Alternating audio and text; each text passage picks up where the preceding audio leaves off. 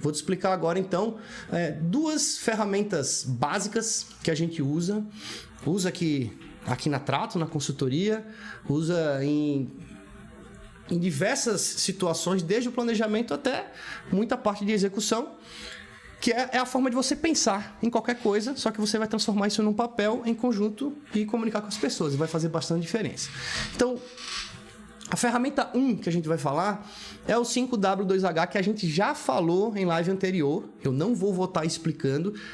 Você volta lá na outra live e vê o 5W2H. Tem um vídeo só sobre isso no YouTube. Dá até pro editor colocar o link aqui na caixinha em algum lugar aqui, né, meu amigo Maurício de Paula?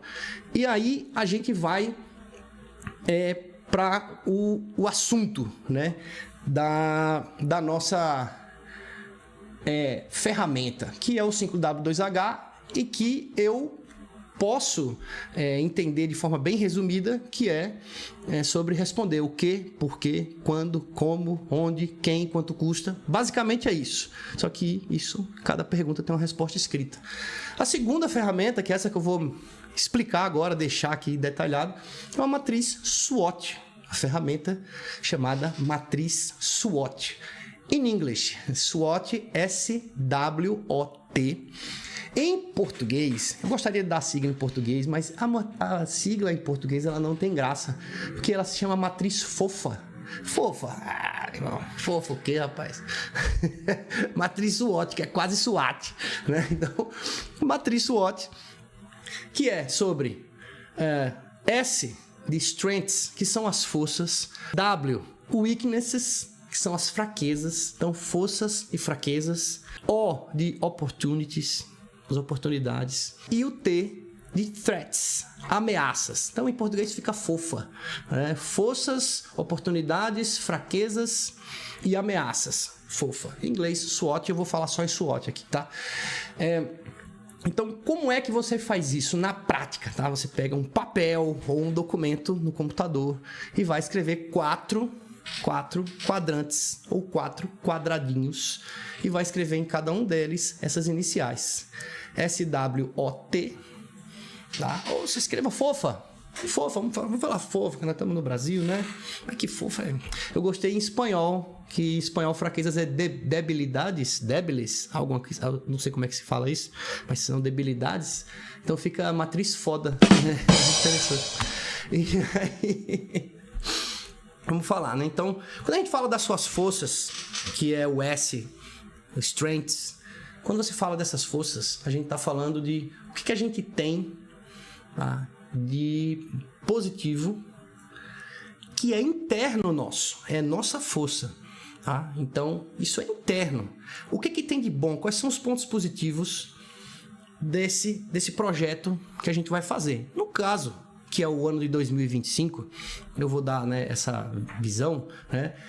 Se você estiver falando da sua operação agropecuária, você usa a ideia da sua fazenda. Então, o que tem de pontos positivos na sua fazenda? Se você estiver falando de qualquer outra empresa, pensa isso, o teu negócio, tá? Para o ano de 2025, quais são as oportunidades, as forças, os pontos positivos que são internos do seu negócio. Então, para dar um exemplo simples, uma fazenda que é boa de água, que tem muita água, que água tem em todo lugar, isso é uma força da fazenda. Olha, eu posso ter problema de chuva, mas eu tenho água. Eu posso puxar água e pôr no bebedouro, ou eu posso furar poço e irrigar. Isso é uma força, é um ponto positivo, entendeu? Beleza. O segundo, do SWOT, que é o W, que são as fraquezas. Então, as fraquezas são os pontos negativos internos que a gente tem do nosso negócio. Então, 2025, quais são os pontos negativos, os pontos fracos que o meu negócio tem interno? Então, pode ser, normalmente, a minha equipe é um ponto fraco que eu tenho. Minha equipe, eu tô com problema lá no meu negócio, internamente eu tenho esse problema. Pode ser meu pasto tá detonado, tá? Exemplos. Então, pontos internos negativos. O O, que são as oportunidades, são os pontos positivos, as coisas boas que vêm de fora, é externo. Então, Oportunidade não é interna. Oportunidade são coisas externas. Tá no mercado, tá? Eu não controlo isso daí. Eu posso, por exemplo, existe a oportunidade de energia solar na minha região. Tem uma empresa que está oferecendo pacotes tanto para eu colocar aqui como para eu arrendar aqui a área para colocar essa placa e ganhar dinheiro. Oportunidades. Então, por mais que vai ser dentro da sua fazenda, isso não depende de você. Se na sua região tem uma galera que está procurando, a turma querendo colocar painel solar na sua fazenda. Então, é uma oportunidade, mas isso está fora do seu controle. A oportunidade a gente aproveita, por isso que a gente tem que descrever, mas não é a gente que gera a oportunidade. O que está dentro da gente aqui são os nossos pontos positivos. E threats, o T, que são as ameaças. Então, ameaças são fatores externos que a gente não controla, Então, a gente não controla, mas a gente se prepara para eles. A gente cria plano de ações para esses fatores que a gente vai colocar. Então, pode ser uma ameaça externa, o preço do seu produto. Pode ser uma ameaça que vai chover demais ou que vai chover de menos. Pode ser uma ameaça para o seu negócio que a região está sendo toda tomada por eucalipto ou cana ou alguma agricultura que está avançando na pecuária e o seu negócio está ficando ruim de mexer porque você está sendo empurrado da sua atividade, ou a proposta de arrendamento, de compra, aí já vira até uma oportunidade, Se o seu negócio aprecia com isso, é uma oportunidade, mas se isso é algo que desvaloriza o seu negócio, que você perde dinheiro com isso, ou perde contratos, ou perde clientes, é uma ameaça, Então, essas são as quatro coisas que você tem que pegar: as forças, as fraquezas, as oportunidades e as ameaças, ou matriz SWOT, e escrever isso item a item. Cada item, cara, tem que dar pelo menos umas 10 respostas, sabe? E aí, por quê? Porque a partir disso daqui é onde vem a visão estratégica dos meus pontos positivos, as minhas coisas boas, as minhas forças, Eu tenho que colocar energia nisso. É daí que vem o meu resultado, são as minhas forças. As fraquezas, Então eu não tenho que colocar energia para curar minha fraqueza? Tem também, mas aqui você cria estratégias para lidar com isso. Tem que criar estratégia para lidar com isso, porque via de regra vai ter custo para você fazer alguma coisa.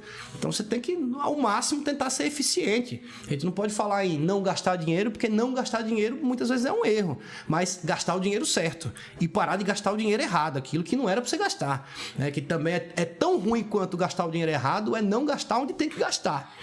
Essa é boa, E aí, fazendo essa visão dos pontos fracos, você vem para as ameaças. As ameaças você se prepara, cria plano de ações, lista cada uma delas e para cada uma tem um plano de ação.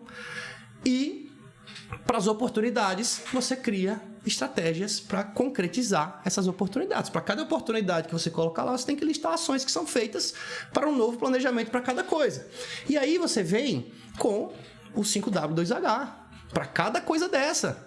Quem, como, onde, por quê, quanto custa, quanto retorna. Para cada coisa dessa você tem que ter essas respostas.